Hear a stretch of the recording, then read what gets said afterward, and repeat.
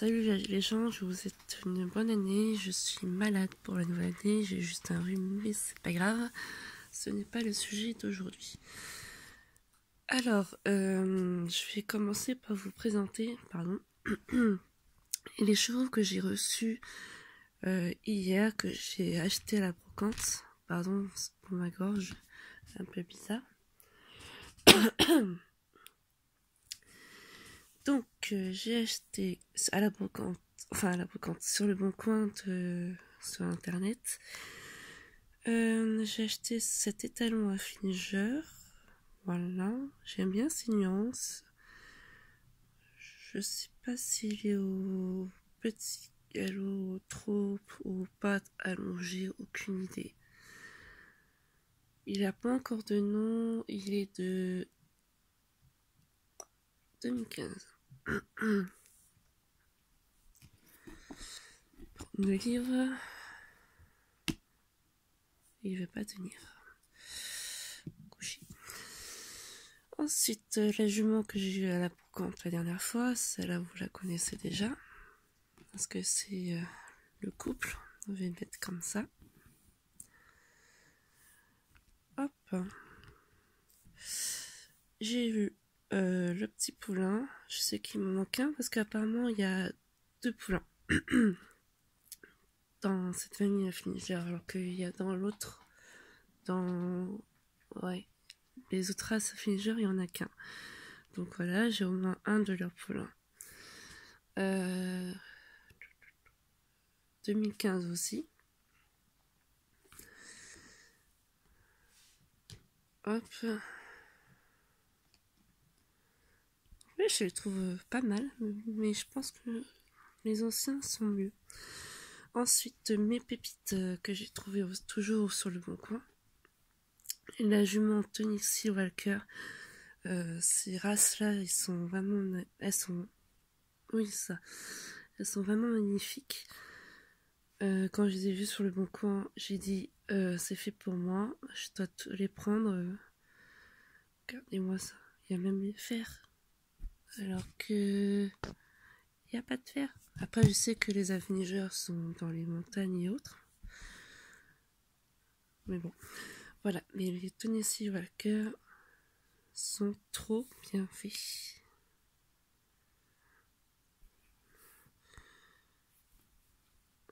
Magnifique tête. L'année de 2011, donc c'est pour ça que je me suis précipitée pour l'acheter. Ensuite, nous avons la Polish Tennessee Walker de 2011. Et ouais, voilà, elle est assez sympathique.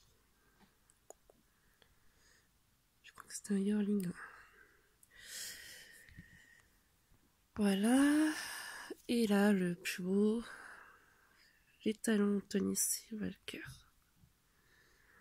Avec la petite balzane en bas, super bien faite. Toujours les fers à cheval, trop bien fait. Les nuances magnifiques. Non, cette race, je vois aucun défaut en fait. Avec la petite pelote. Il est extra. Il est en bon état. Voilà. Étalon. Et il est de... Comme c'est noir sur noir, je vois pas. Mais il est sûrement aussi de 2011. Voilà. Donc je les remets à leur place. Hop, c'est celui-là que je veux. Mes petits chouchous. Ceux-là, je les mettrai plus tard. Donc, niveau point de lecture, en décembre, j'ai lu celui-là de l'année dernière. Ça part de voyage d'aventure. J'ai un très vague souvenir, mais on va suivre Moog, un jeune Naomi, c'est ça? Oui, c'est ça. Wow. Un jeune indien Naimi qui doit, de génération en génération, doit traverser les peuples d'en haut par tous les moyens possibles, canoë, à cheval, à pied sinon, ou à traîneau, en renne aussi, en radeau et autres. Il doit faire de périlleux voyages parce que ça va pas vraiment se passer comme prévu quand il passe dans certains villages et autres. Son but en fait, c'est de récupérer dans les villages sacrés, il me semble, 6 totems sacrés, et ils sont en or, ces totems-là.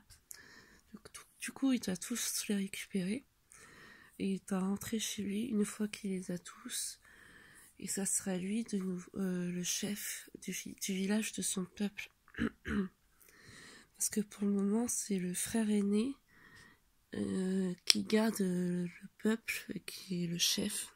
Sauf que lui, s'il ramène les totems, c'est lui qui le remplacera. Et son frère n'aura pas le choix de laisser la place de chef à son petit frère. Et Morok, une fois qu'il sera chef et voilà, et qu'il aura fait sa cérémonie avec le village et tout ça, il pourra se marier, avoir une maison à lui et tout ça. Il va rencontrer des personnes sages dans son voyage, comme les chamans, les chefs de chaque village. Ils vont s'entraider, surtout lui donner de quoi se survivre, nourriture, eau et autres. Il va rencontrer aussi des femmes ou des filles, comme vous voulez, parce qu'il y a de tout, des enfants, des adultes et d'autres. Il va apprendre à pêcher